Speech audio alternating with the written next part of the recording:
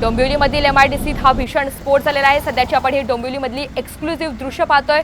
प्रचंड प्रमाणात धुराचे लोट हे पसरलेले आहेत। अतिशय रहदारीचा असा हा परिसर आहे आणि त्यामुळे इथल्या नागरिकांना देखील मोठ्या त्रासाला सामोरं जावं लागतंय। या स्फोटानंतर MIDC परिसरामध्ये धुराचे प्रचंड मोठे लोट पसरल्याचं चित्र पाहायला मिळतंय। दरम्यान सध्या या ठिकाणी रुग्णवाहिका देखील दाखल होत आहेत आणि त्यांनाही अक्षरशः वाट काढत या ठिकाणी पोहोचावं लागतंय।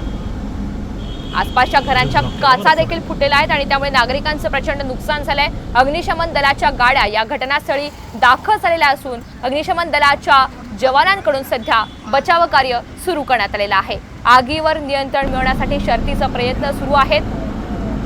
दरम्यान या दुर्घटनेमध्ये सध्या 5 ते 6 जण हे कामगार जखमी झाल्याची माहिती आहे। जखमींचा आकडा देखील वाढण्याची भीती वर्तवली जाते। तुर्तास 5 ते 6 जण हे जखमी झाल्याची माहिती आहे। अग्निशमन दलाच्या गाड्या या घटनास्थळी दाखल झालेल्या असून सध्या शर्थीचे प्रयत्न सुरू करण्यात आलेत।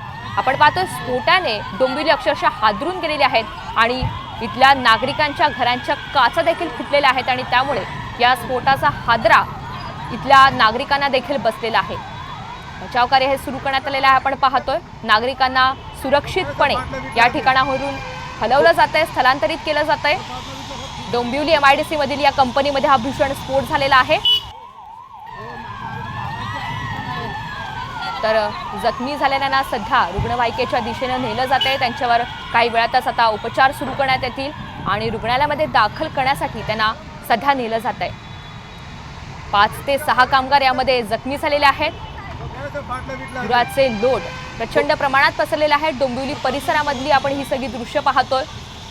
डोंबिवलीच्या विविध भागांपर्यंत सध्या हे धुराचे लोट पसरलेले आहेत। आसपासच्या घरांना देखील याचा फटका बसलाय। या स्फोटात काही नागरिकही जखमी झाल्याचं कळतंय। तर एकीकडे 5 ते 6 कर्मचारी जखमी झालेले असताना दुसरीकडे आता या स्फोटामध्ये नागरिक देखील जखमी झाल्याचं कळतंय आणि डोंबिवली MIDCत हा भीषण असा स्फोट झाला। बॉयलरच्या स्फोटामुळे हा सगळा प्रकार घडलेला आहे आणि या स्फोटात नागरिक जखमी झालेले असून त्यांना सध्या उपचार करण्यासाठी रुग्णालयामध्ये दाखल केलं जात आहे।